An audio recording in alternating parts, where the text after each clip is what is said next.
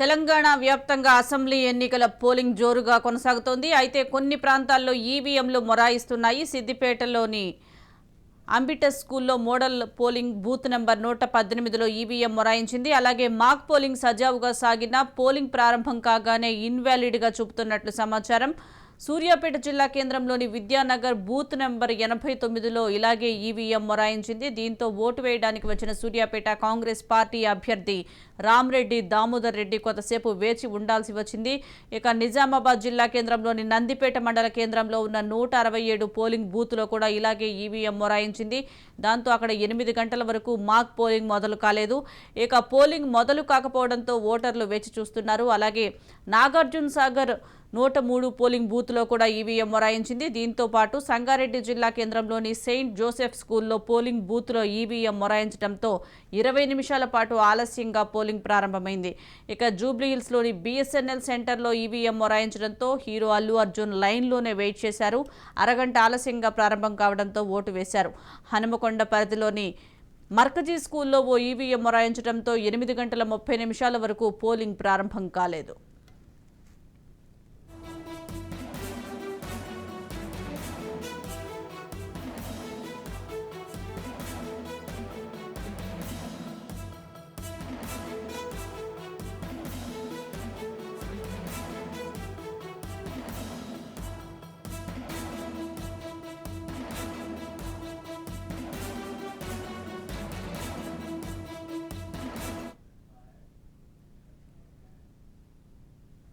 దీనికి సంబంధించి మరింత సమాచారం నల్గొండ నుంచి హరిప్రసాద్ లైవ్ ద్వారా అందిస్తారు. హరిప్రసాద్, చెప్పండి, పోలింగ్ ఎలా కొనసాగుతుంది? కొన్ని చోట్ల ఈవీఎంలు మొరాయించినట్లుగా తెలుస్తున్నాయి. మాక్ పోలింగ్ కూడా లేట్ అయినట్లుగా తెలుస్తుంది. ఈవీఎంలు మొరాయించడంతో పోలింగ్ కూడా ఆలస్యంగా స్టార్ట్ అయినట్లు కొన్ని చోట్ల తెలుస్తోంది. అసలు ఓవరాల్గా ఎలా ఉందంటారు?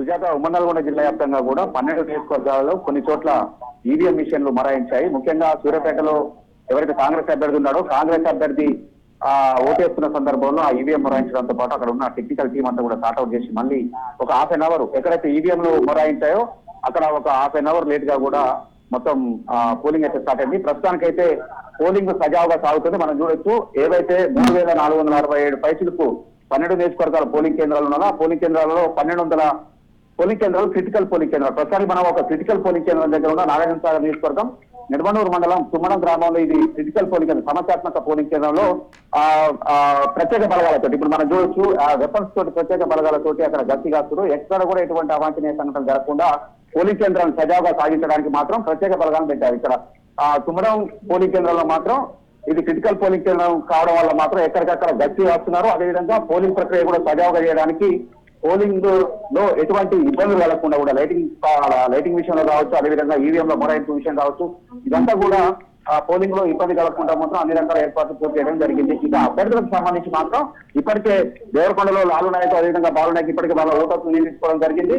అదేవిధంగా బీఆర్ఎస్ కు సంబంధించి బ్రాహ్మణ వెల్లంలో చిరుమర్తి లింగయ్య ఓటర్కు వినియోగించుకోవడం జరిగింది. మరికొద్ది సేపట్లో రాజగోపాల్ రెడ్డి, మునుగోడుకు సంబంధించిన రాజగోపాల్ రెడ్డి కూడా ఈవీఎం బ్రాహ్మణ వేలంలో ఓటు వినియోగించుకోవడం. మొత్తం అందరు అభ్యర్థులు కూడాను ఆయా పోలింగ్ కేంద్రాలకు సంబంధించి 7 గంటల నుంచే పరిశీలన చేస్తున్నారు. ఎక్కడ కూడా ఎటువంటి అవాంఛనీయ సంఘటన జరగకుండా రైతు ఇప్పటికే ఏజెంట్లకు అన్ని రకాల సూచనలు అదేవిధంగా శిక్షణ ఇచ్చిన నేపథ్యంలో మాత్రం అందరూ కూడా ఎవరికి ఎక్కడ ఎటువంటి పొరపాటు జరగకుండా అభ్యర్థులకు సంబంధించిన ఏజెంట్లు ఒకవైపు అదేవిధంగా పోలింగ్ కేంద్రాల దగ్గర సమస్యాత్మక కేంద్రాల దగ్గర ప్రత్యేక బలగాలతో గట్టి ఇదంతా కూడా కొంత సజావుగా జరగడం చేస్తున్నాం. మనం చూడొచ్చు, ప్రస్తుతానికి ఉదయం 7 గంటల నుంచి కూడా జనాలందరూ కూడా బారులు తీరి ఓటు హక్కు వినియోగించుకోవడానికి వాళ్ళ ఓటు హక్కును అంటే రాజ్యాంగం ఏదైతే కల్పించిందో ఓటుకు తమ ఓటుకు ద్వారా తమని పరిపాలించే ప్రజాస్వామ్యాన్ని ఎన్నుకోవడానికి మాత్రం ముఖ్యంగా మహిళలు చాలా చైతన్యవంతంగా ఓటు హక్కు వినియోగించుకోవడానికి మాత్రం అన్ని పోలింగ్ కేంద్రాల్లో బారులు తీరాలని కూడా చెప్పుకోవచ్చు. ఓవరాల్ గా చూసుకుంటే మాత్రం ఇప్పటివరకు అయితే 15% పోలింగ్ నమోదైందని కూడా ఇప్పటికే రిటర్నింగ్ ఆఫీసర్ చెప్తున్నప్పటికీ కూడా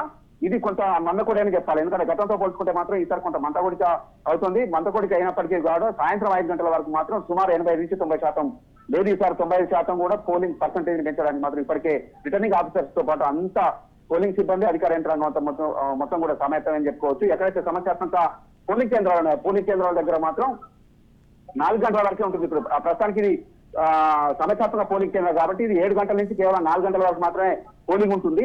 ఆ పోలింగ్ సంబంధించి కూడా ఎవరైనా దూర ప్రాంతాల నుంచి ఇక్కడికి వచ్చే వాళ్ళని మాత్రం 4 గంటల లోపు రావాలని కూడా గ్రామానికి సంబంధించిన ఎవరైతే పోలింగ్ ఏజెంట్స్ ఉన్నారో ఇప్పటికే వాళ్ళకి సమాచారం ఇవ్వడం జరిగింది కాబట్టి 4 గంటల వరకే ఉండే ఈ పోలింగ్ కేంద్రానికి మాత్రం ఎక్కువ సంఖ్యలో ఈలోపే అంటే అందరూ వచ్చి పోలింగ్ తమ ఓటు హక్కును వినియోగించుకునే విధంగా మాత్రం అన్ని రకాల ఏర్పాట్లు పూర్తి చేయడం జరిగింది. ఇక ఈవీఎంల మొరాయింపుకు సంబంధించి మాత్రం సూర్యాపేట, అదేవిధంగా తుంగతుర్తి, దేవరకొండ, నల్గొండలోని కొన్ని ప్రాంతాల్లో ఈవీఎంలు మొరాయించాయి.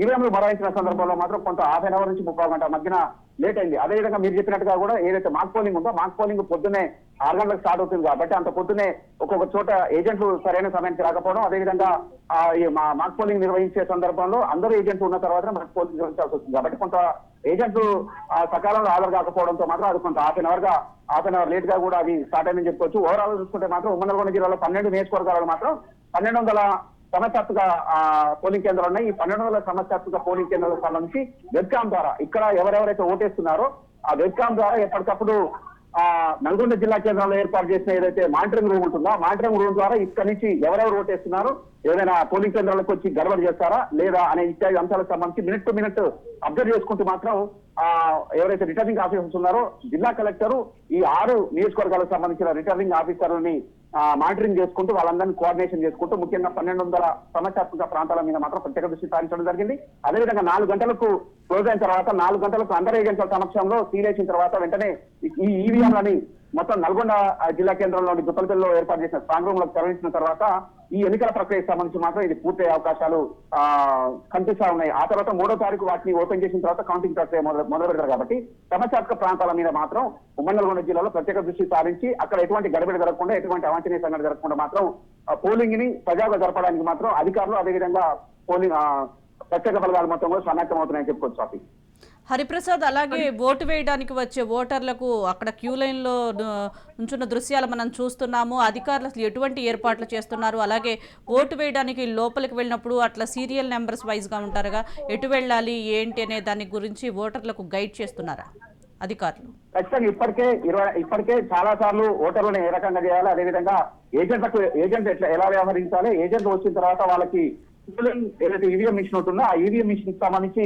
ఏ రకంగా ఉండాలి, ఎటువైపు వెళ్ళాలనే దానికి సంబంధించి విఆర్ఏలు, అదేవిధంగా అంగన్వాడీ టీచర్స్, అదేవిధంగా ఆశా వర్కర్లకు సంబంధించి మాత్రం అందరూ అక్కడ వాళ్ళకి సహాయం చేయడానికి అంటే ఓటేసే వాళ్ళకి సహాయం చేయడానికి ఇటు వివిధ అభ్యర్థులకు సంబంధించిన పోలింగ్ ఏజెంట్స్, అదేవిధంగా డిఎల్ఓస్, అదేవిధంగా టెక్నికల్ టీమ్స్ వీళ్ళందరూ కూడా పోలింగ్ సిబ్బంది అంటే polling officer, presiding officer, assistant polling officers, అదేవిధంగా ఇంకొక 4 సిబ్బంది వీళ్ళంతా కూడా వాళ్లకు గైడ్ చేయడానికి ప్రత్యేకంగా ఒక్కొక్క పోలింగ్ బూత్ కి ఒక విఆర్ఏని కేటాయించడం జరిగింది. కాబట్టి అదే విధంగా కొంతమంది వృద్ధులు, అదేవిధంగా వికలాంగులకు సంబంధించి ఒకవేళ తెలియకుండా ఉండడానికి మాత్రం అందరికీ సార్ట్అవుట్ చేసుకుంటూ కూడా ఎటువంటి ఇబ్బంది జరగకుండా పోలింగ్ ప్రక్రియ సజావుగా సాగడానికి, అదేవిధంగా పోలింగ్ ప్రక్రియకు సంబంధించి ఎవరు కూడా కన్ఫ్యూజన్ కాకుండా మాత్రం ఇప్పటికే చాలా క్లియర్ కట్ గా ఇటు పోలింగ్ ఏజెంట్లు, అదేవిధంగా అధికారులు వీరందరూ కూడా వాళ్ళకి ఇప్పటికే శిక్షణ ఇస్తారు కాబట్టి ఎక్కడ కూడా ఒకవేళ తెలియని వాళ్ళు ఎవరైనా ఉన్నా కూడా పలానా దగ్గరికి వెళ్ళి పలానా బటన్ నొక్కండి ఇటు పోలింగ్ ఆఫీసర్స్, అదేవిధంగా ఉన్న ఏజెంట్ కూడా చెప్తున్న పరిస్థితి ఉంది కాబట్టి ఎవరిని కూడా ఇబ్బంది పెట్టకుండా, అదేవిధంగా పోలింగ్ ఏజెంట్ ప్రత్యేకంగా పోలింగ్ ఏజెంట్ ఏదైతే ఉన్నారో వాళ్ళు ఏ గుర్తుకు ఓటేయాలనే విషయానికి సంబంధించి ఒకవేళ చెప్తే మాత్రం అది కేసు అవ్వడానికి ఎలక్షన్ కమిషన్ గైడ్లైన్స్ ప్రకారం ఖచ్చితంగా కేసు అవుతుందని ఇప్పటికే ఎలక్షన్ కమిషన్ పోలింగ్ ఏజెంట్లకి ప్రత్యేక శిక్షణ ఇచ్చింది కాబట్టి ఆ ప్రత్యేక శిక్షణ ఇచ్చిన నేపథ్యంలో మాత్రం కేసులు కాకుండా వాళ్ళు కూడా జాగ్రత్తగా వ్యవహరిస్తున్నారు. అదేవిధంగా ఏదైతే 100 మీటర్స్ ఉన్నదో ప్రతి పోలింగ్ కేంద్రం దగ్గర 100 మీటర్స్ వరకు 144 సెక్షన్ విధించారో ఆ 144 సెక్షన్ విధించిన నేపథ్యంలో మాత్రం ఒక 5గురు కూడా గుమిగూడి అక్కడ ఎటువంటి ప్రచారం చేయడానికి లేదు. ఏదైతే సరిహద్దు గీత ఉందో సరిహద్దు గీత అవతలనే ఇప్పుడు పోలింగ్ ఏజెంట్లు టీఆర్ఎస్ కావచ్చు, అదేవిధంగా టీడీపీ కావచ్చు, అదేవిధంగా అభ్యర్థులు కావచ్చు, బీఎస్పీ, కాంగ్రెస్ వీళ్ళందరూ కూడా పోలింగ్ ఏజెంట్లు తమ ప్రచారం చేసుకోవచ్చు, పోల్ సీట్లు పంచుకోవచ్చు. కానీ ఏదైతే 144 సెక్షన్ పరిధి ఏదైతుందో లోపలికి ఎవరు కూడా గుర్తు ద్వారా రావడానికి లేదు, అభ్యర్థి అయినా సరే గుర్తు ద్వారా రావడానికి లేదు. కాబట్టి ఇవన్నీ కూడా ఆల్రెడీ ఇంప్లిమెంటేషన్ చేస్తూ సజావుగా సాగడానికి మాత్రం ఇప్పటి వరకు అయితే ఎటువంటి అంటే 12 నియోజకవర్గాలు ఎటువంటి హింసాత్మక ఘటనలు మాత్రం చోటు చేసుకోలేదు. కానీ అక్కడక్కడ ఈవీఎంలు మొరాయించారు, అదేవిధంగా సాంకేతికంగా కొన్ని సమస్యలు వచ్చినాయి. అది మొత్తానికైతే సజావుగా సాగడానికి పోలింగ్ కేంద్రాల దగ్గర అంటే 4 గంటల వరకు సమస్యాత్మక కేంద్రాల దగ్గర నడుస్తుంది. 5 గంటల వరకు మాత్రం మామూలుగా పోలింగ్ కేంద్రాల దగ్గర కంప్లీట్ చేయడానికి మాత్రం మొత్తం అధికార యంత్రాంగం సమాచారమైంది అదే పనులు ఉన్నదని కూడా చెప్పుకోవచ్చు. Right, thank you Hariprasad.